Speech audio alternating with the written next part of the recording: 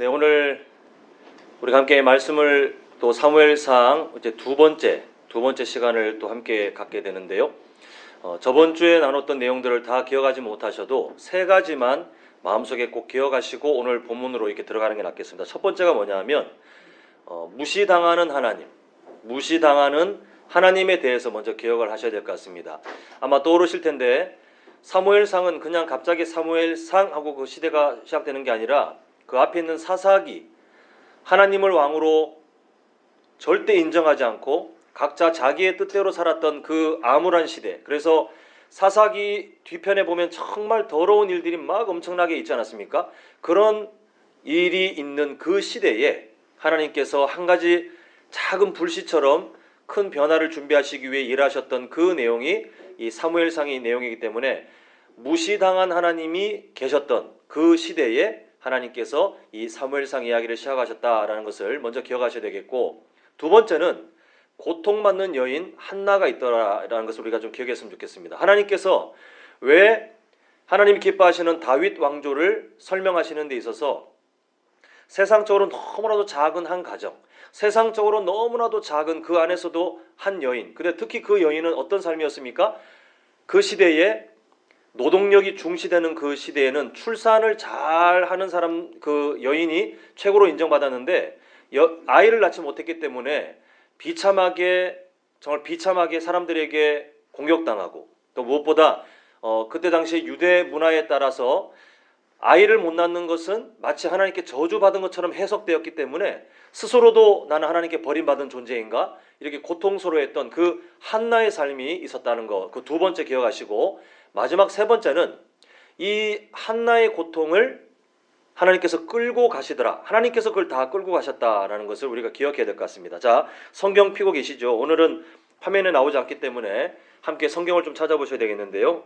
우리 저번 주에 보았던 5절, 6절 보시면 브닛나에게 공격당해서 가슴 아파하고 있는 한나에 대해서 성경 뭐라고 말하냐면 5절 끝에 그러나 여호와께서 그에게 임신하지 못하게 하시니, 또 6절 여호와께서 그에게 임신하지 못하게 하심으로 그 다음에 어떤 일이 있습니까? 그의 적수인 브닛나가 그를 심히 격분하게 하여 괴롭게 하더라.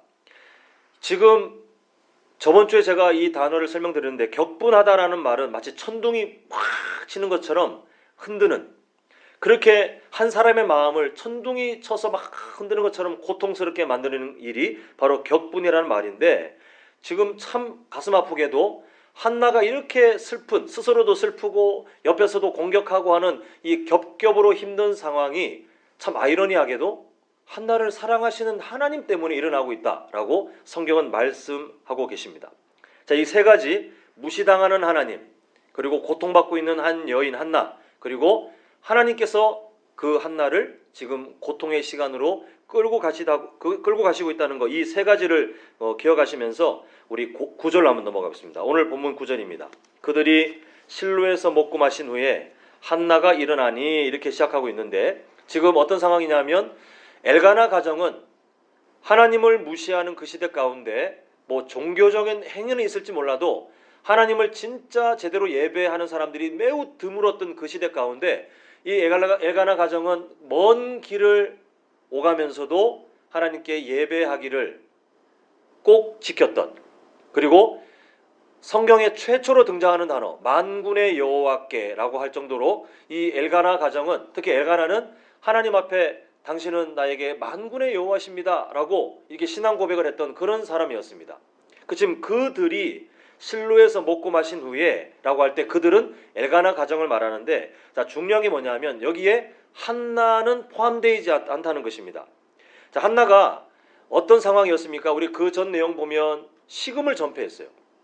너무 고통스러워서 지금 실로에 올라갔을 때는 절기이기 때문에 막 축제 분위기입니다. 막 떠들썩하고 막, 그래서 먹고 마시고 이렇게 기쁨으로 뭔가를 하는 분위기인데 한나는 오히려 하나님께 예배 드리러 가는 그 자리에 일부러 브닛나가 그때 맞춰서 천둥이 치는 것처럼 격분하게 하기 때문에 한나가 스스로도 괴롭고 옆에서 스트레스 주니까 또 괴롭고, 그래서 식음을 전폐했던 사람이에요. 그래서 여기서 그들이 실로에서 먹고 마신 후에는 한나는 포함되어 있지 않는 것으로 보는 것이 옳습니다. 그래서 이 다른 가족들은 막 축제 분위기를 즐길지 모르겠지만 한나는 지금 고통 가운데 일어나서 그 다음에 어디로 가고 있느냐 하면 하나님 앞에 기도하는 자리로 이제 나아가는 장면들이 나오는데, 지금 한나가 당하고 있는 스트레스를, 우리가 그 고통을 한번 상상해 보셨으면 좋겠는데요. 우리가 그 삶을 상상하지 못해도 지금까지 성도님들이 살아오시면서 제일 고통스럽고 제일 힘들고 제일 외로웠던 시기가 있다면 아마 그 시기와 비슷하지 않을까, 우리 이렇게 한번 짐작해 봤으면 좋겠습니다. 그 사람은 각 모든 사람마다 공통적으로 이 본능에 뭐가 있냐면 방어 기제라는 게 있어요. 이 방어 기제라는 말은 사전적인 의미를 찾아보면 뭐라고 되어 있냐면, 자아가 그 자신이 위협받는 상황에서 감정적인 상처로부터 자신을 보호하려고 하는 어떤 마음의 생각이나 아니면 어떤 행동을 말한다. 결국 이 방어 기제는 누가 가르쳐서 된 게 아니라 인간이 본능적으로 자기를 보호하기 위해서 갖고 있는 어떤 일들, 어떤 행위들을 말하는데, 이게 사람마다 다 달라요. 우리 성도님들은 힘드실 때 어땠는지 모르겠습니다. 근데 사람들이 주로, 일반적인 사람들이 방어 기제, 스트레스를 받고 고통스러울 때 방어 기제를 찾는 방법들 보니까, 어떤 사람은 저는 그냥 잠잡니다 하고 그냥 이불 뒤집어 쓰고 마음이 풀릴 때까지 잠을 자거나, 어떤 사람은 스트레스 받을 때 막 음식을 더 먹거나, 어떤 사람은 거기 더 나아가서, 우리 성도님들은 해당 안 되시겠지만 술을 마시고 담배를 피고 이렇게 뭔가 잊으려고 하거나, 어떤 사람은 또 막 격한 운동으로 땀을 흘려서 스트레스를 피하려고 하거나, 어떤 사람은 막 스트레스 받으면 뭘 사요. 물건을 사가지고 그 쇼핑하는 것으로 그걸 마음을 풀거나. 근데 절대 그러면 안 되는데, 어떤 사람은 그 분노의 감정을 다른 사람에게 투사라고 하는데요. 이 말이 다른 사람에게 언어나 행위로 이 부정적인 감정을 풀어버리는 거예요. 그러니까 우리가 잘 아는 그 속담 있죠. 종로에서 밥 맞고 어디에서 풀어요? 이게 뭐 지역은 중요하지 않지만 뭐 한강에서 화풀이 한다 뭐 이런 내용이 있는데, 종로에서 밥 맞았으면 그 종로 거기서 해결을 해야지, 딴 데 가가지고 그 감정을 투사하는 거예요. 내가 이걸 갖고 있자니 내 상처가 나를 힘들게 하니까 종로에서는 어떻게 하지 못하고 딴 데 가가지고 만만한 사람한테 화풀이하고, 그 예전에 연약한 부모님들 보면 스트레스 받고 직장에서 막 상처받고 막 인생의 무게가 무거우면 집에 와서 아이들 학대하고 막 때리고, 술 먹고 막 아이들 때리고, 이런 사람들이 참 많이 있었어요. 이게 방어 기제, 나의 상처를 풀기 위해서 뭐 이렇게 저렇게 하는 여러 방어 기제들이 있는데, 우리 성도님들이 주로 쓰시는, 막 스트레스 받았을 때 뭘 주로 하십니까? 근데 오늘 한나를 보니까 어떻게 푸냐 하면 10절 보겠습니다. 10절 보니까 한나가 마음이 괴로워서 잠을 잤다, 폭식을 했다, 술을 마셨다, 물건을 샀다, 아니면 뭐 했다라고 되어 있지 않고 뭐라고 되어 있습니까? 마음이 괴로워서, 사실 기도하기 힘들지 않습니까? 마음이 괴로우면. 그런데 마음이 괴로워서 한나는 오히려 하나님께 기도하고 그 마음에 눈물이 얼마나 많은지 통곡했다라고 지금 말하고 있습니다. 세상 사람들이 흔히 사용하는 방어 기제처럼 그냥 마음이 괴로울 때 쾌락에 몸을 맡길 수 있는 자유가 있었어요. 한나에게도. 그리고 이 사람들이 하는 것처럼 막 비싼 돈 주고 애가나가 이렇게 더 챙겨주고 했잖아요. 막 그런 것으로 대신해도 되고, 아니면 진짜 이를 악물고 단단히 준비해서 분인나에게 정말 통쾌한 복수를 해서 풀 수도 있고, 아니면 만만한 남편에게 막 잔소리하면서 남편에게 그 화를 투사하는, 이 부정적인 감정을 투사할 수 있는 자유가 이 한나에게는 있었습니다. 근데 한나는 마음이 괴로울 때 뭐 했냐 하면 하나님께 그 아픈 마음을 가지고 엎드리고 우는 삶을 선택했어요. 이런 말이 있더라고요. 태도, 우리가 살아가는 삶의 태도가 있는데, 이 태도는 하루아침에 안 바뀌어요. 그 태도는 하루아침에 만들어지는 것이 아니라 일상이 모여서 드러나는 것이다, 이런 말이 있었습니다. 참 인상 깊어서 제가 이걸 참 기억하고 있었는데, 우리가 겉으로 드러나는 사람들 있잖아요. 뭐 저처럼 이게 목회자 겉으로 드러납니다. 아니면 뭐 정치인들, 연예인들, 아니면 이렇게 손님들을 대하는 어떤 그 사장님들이나 그런 분들 보면 태도를 흉내는 낼 수 있는데 정말 그 사람의 태도가 어떤지는 나중에 결국은 드러나게 돼 있더라는 거예요. 겉으로는 막 웃고 이래도 어떤 일이 있었을 때 그 사람의 그 태도는, 진짜 태도는 반드시 나타나게 돼 있는데, 왜냐하면 이거는 그냥 꾸민다고 되는 것이 아니라 하루 이틀 계속 인생이 쌓이면서 만들어진 게 그 사람의 태도이기 때문에 이건 당장 바뀌지 않고 그 인생의 걸음걸음들이 누적된 결과이기 때문에 그렇습니다. 지금 사람의 진짜 본 모습이 드러날 때가 언제입니까? 나에게 힘든 일이 있을 때예요. 내가 인생에 절박할 때예요. 내 마음이 무너질 때 사람은 그 진짜 속에 있는 그 것들이 다 드러나는데, 지금 한나의 삶의 태도를 보니까 하루아침에 이렇게 된 것이 아니라 그 사람의 일상이 어려움이 있을 때마다 하나님께 기도하는 사람으로 일상의 경건을 쌓아왔고, 그러다 보니 이렇게 통곡하며 옆에서 격분시키고 스스로도 참 자괴감이 들 정도의 아픔이 있었지만, 한나는 오히려 하나님께 엎드리고 하나님 앞에서 통곡하는 이 신앙의 모습을 보여지더라는 것입니다. 우리 성도님들의 삶이 앞으로 어떤 인생을 걸어가실지 모르겠지만, 이 일상의 경건, 그냥 아무것도 안 하다가 어떤 때가 돼서 하겠거니가 아니라 일상의 경건을 잘 훈련받으셔서 우리의 태도가, 하나님 앞에서의 태도가 늘 아름답게 성장해 갈 수 있기를 간절히 소망합니다. 이 한나의 기도하는 모습을 보면서 우리가 한번 좀 생각을 하고 다음 내용으로 가야 되겠는데요. 흔히들 기도에 대해서 오해하시는 분들이 어떻게 생각하냐 하면, 기도는 하나님의 마음을 바꾸는 행위라고 착각해요. 예수님이 하신 비유 중에 있잖아요. 악한 재판장의 마음을 바꾼 어떤 여인의 비유, 또 한밤중에 민폐를 끼치면서까지 음식을 얻었던 한 친구에 대한 비유를 통해서 그 내용을 딱 표면적인 내용만 받아들여서, 그래, 내가 정말 그렇게 집요하게 기도하면 내가 원하는 걸 하나님께서 이루어 주시겠지라고 하나님의 마음을 바꾸는 것이 기도라고 생각합니다. 우리가 흔히 말하는 그 서원 기도가 그래요. 하나님 이렇게 해주시면 내가 이렇게 할게요. 그럼 하나님이 그게 끌려갈 것처럼 이렇게 상상하는데, 오늘 한나가 11절에서 하고 있는 그 기도도 바로 그 서원 기도입니다. 근데 이 서원 기도가 과연 어떤 의미가 있는지 한번 여쭤보고 싶어요. 우리 부모님들이 서원 기도를 하셨는지 모르겠지만, 이 서원 기도를 하고자 할 때 참 귀한 마음으로 하시는 분들도 있는데, 그렇지 않을 때도 종종 보이더라고요. 한번 여쭤보고 싶습니다. 부모님이 하는 서원 기도가 어마어마한 위력이 있어서 하나님의 계획을 수정하셔야 할 정도로 그 기도에 힘이 있을까요?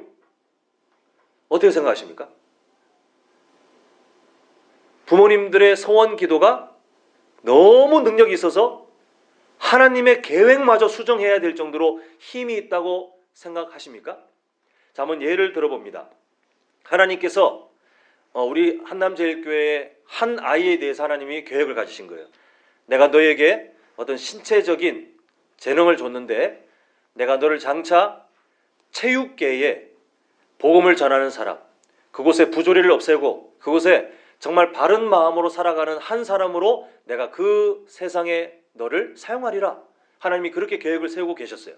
근데 그 부모님이 어느 날 고등학교쯤에 서원합니다. 하나님, 우리 아이 하나님께서 이렇게 해주시면 제가 목회자로 하나님 앞에 헌신하도록 하겠습니다.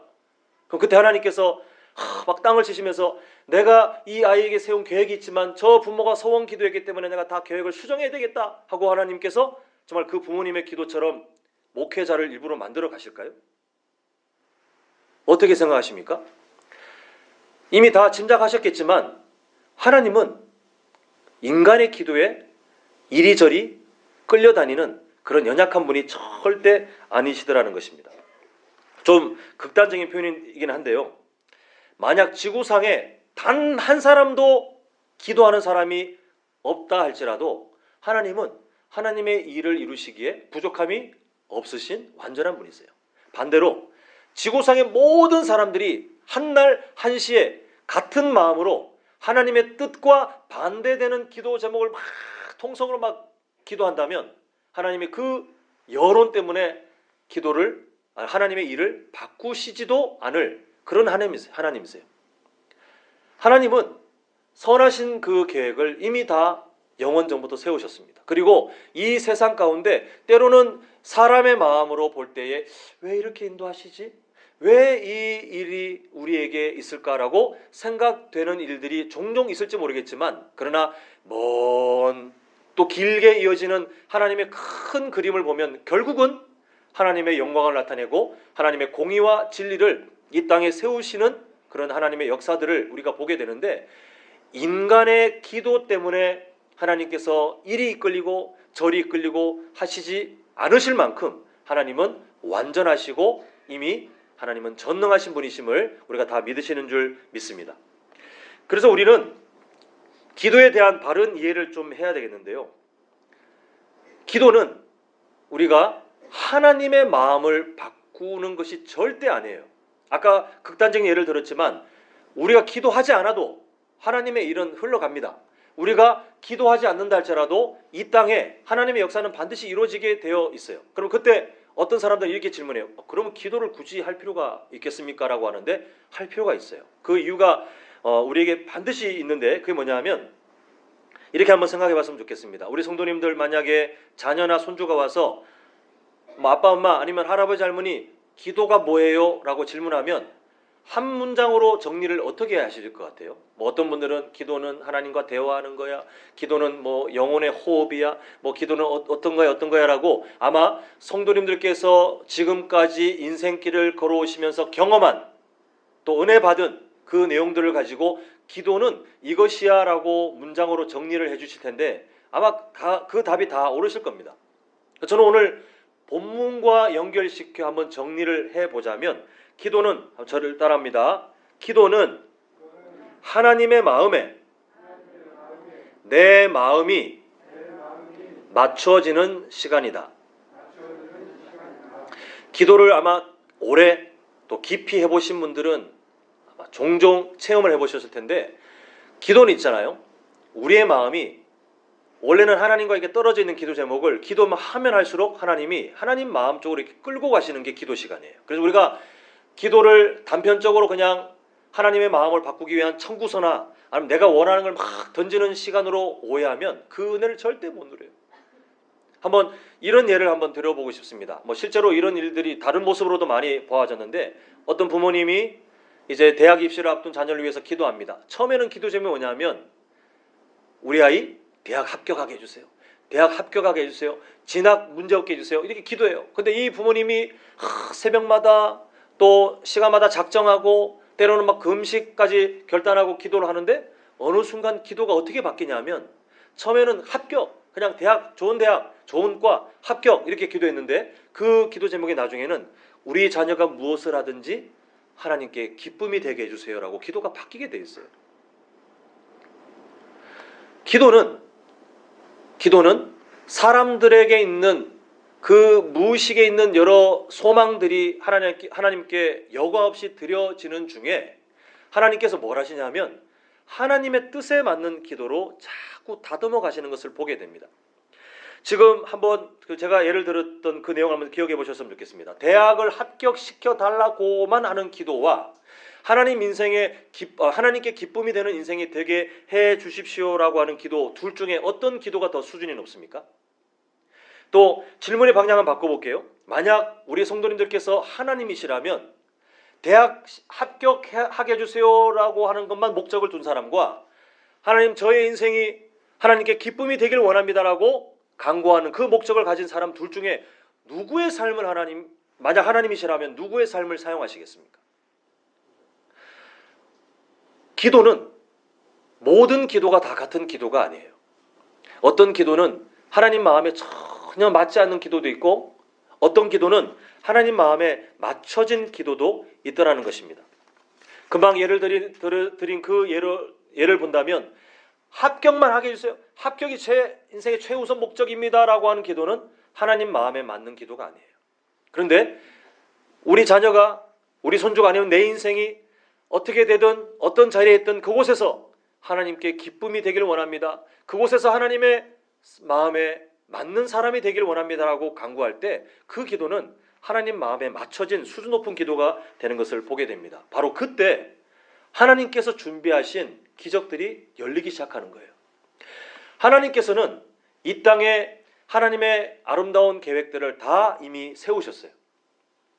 그리고 그럼에도 우리에게 왜 기도하라고 하시냐 하면 우리가 기도함을 통해서 처음에는 다른 욕심, 다른 생각, 그렇게 하나님의 마음과 맞지 않는 방향으로 출발했는데 기도가 반복됨을 통해서 우리의 마음이 어디로 가냐 하면 진짜 하나님의 그 선하신 계획, 하나님께서 기뻐하시는 방향을 향해서 수정되는 거예요. 그때 우리가 누릴 기쁨이 뭔지를 알게 하시려고 하나님은 기도를 통해서 우리를 바꿔 가시기 위해서도 기도의 시간을 사용하실 때가 있습니다.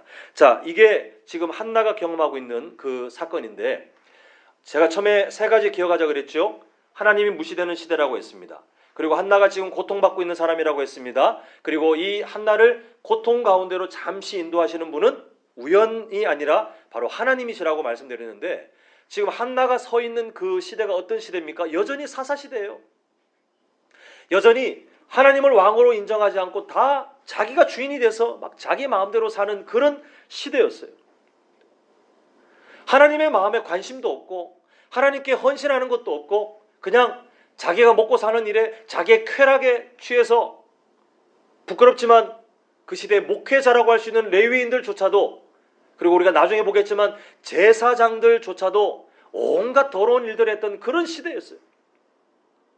하나님께서는 이 시대를 바꾸기 위해서 일하셨습니다.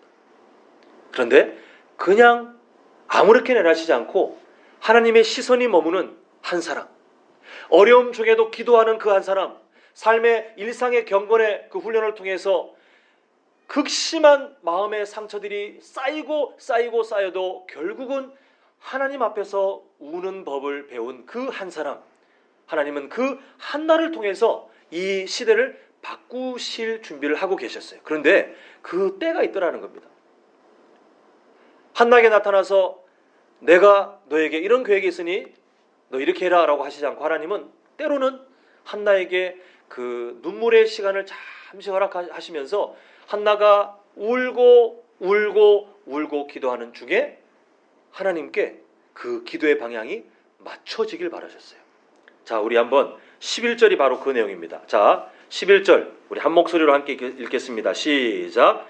서원하여 이르되 만군의 여호와여 만일 주의 여종의 고통을 돌보시고 나를 기억하사 주의 여종을 잊지 아니하시고 주의 여종에게 아들을 주시면 내가 그의 평생에 그를 여호와께 드리고 삭도를 그의 머리에 대지 아니하겠나이다. 한나에게 지금 자녀는 어떤 존재입니까? 없지만 있게 되면 그건 진짜 세상 최고의 보물 아니에요? 근데 지금 뭐라고 서원하냐면 그 아이를 지금 하나님께 드리고 그 머리에 삭도를 대지 않겠다는 것은 그 아이는 제 아이가 아닙니다. 그 아이는 하나님께 사용될 아이로 드립니다. 이 서원 기도를 하고 있어요. 하나님이 다른 계획을 갖고 있다가 아유 이 참 한나 기도 때문에 내가 계획 다 수정해야 되네 이게 아니고 아예 하나님께서는 한나의 태에서 태어나는 한 사람 사무엘을 통해서 그 어두운 시대를 바꿀 준비를 하고 계셨는데 한나가 그 결단을 함께 동참하길 바라셨어요. 울면서 기도하는 중에 그 아픔의 자리를 잠시 감내하는 중에 나중에 드디어 마음에 결단하기를 하나님께서 나를 생각하시면 나도 하나님을 생각하여 하나님께 나에게 사실 가장 소중한 존재이겠지만 이 자녀를 하나님이 기뻐하시는 사람으로 드리길 원합니다 라고 드디어 그 오랜 기도의 시간 가운데 드디어 이 기도 제목이 하나님께 드려졌어요. 성경에 나와 있지 않지만 저는 하나님이 얼마나 기쁘셨을까 상상해 봅니다. 드디어 네가 나의 마음에 맞춰졌구나. 드디어 네가 이 시대를 바꾸려고 하는 나의 그 계획에 네가 동참할 준비가 되었구나.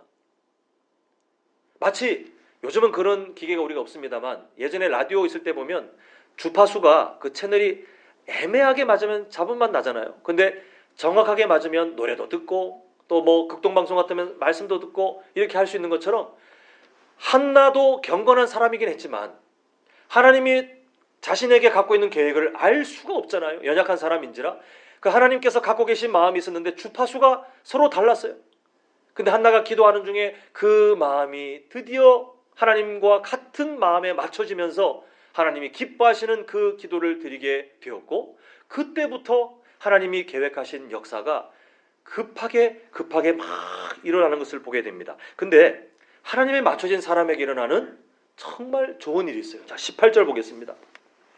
18절 자, 함께 읽겠습니다. 시작. 이르되 당신의 여종이 당신께 은혜 입기를 원하나이다 하고 가서 먹고 얼굴에 다시는 뭐가 없어요? 근심빛이 없더라. 남편이 그렇게 위로하고 진심으로 위로하고 위로해도, 하나님께 그렇게 엎드려 기도해도 풀리지 않았던 이 마음의 근심이 언제 사라졌어요? 하나님 마음에 맞춰진 기도를 드리고 나서 엘리 대제사장의 그 아둔한 시선, 너 술 취한 여자지라고 하는 오해가 있었지만 그게 아닌 걸 알고는 당연히 그냥 의뢰의 종교적인 그냥 축복을 했을 때에, 사랑하는 성도 여러분,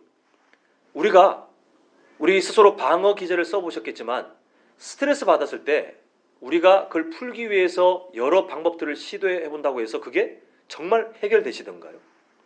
안 돼요. 순간은 일지 몰라도 이 오랜 상처는 이게 뭔가 환경이 바뀌기 전에는 절대 해결되지 않아요.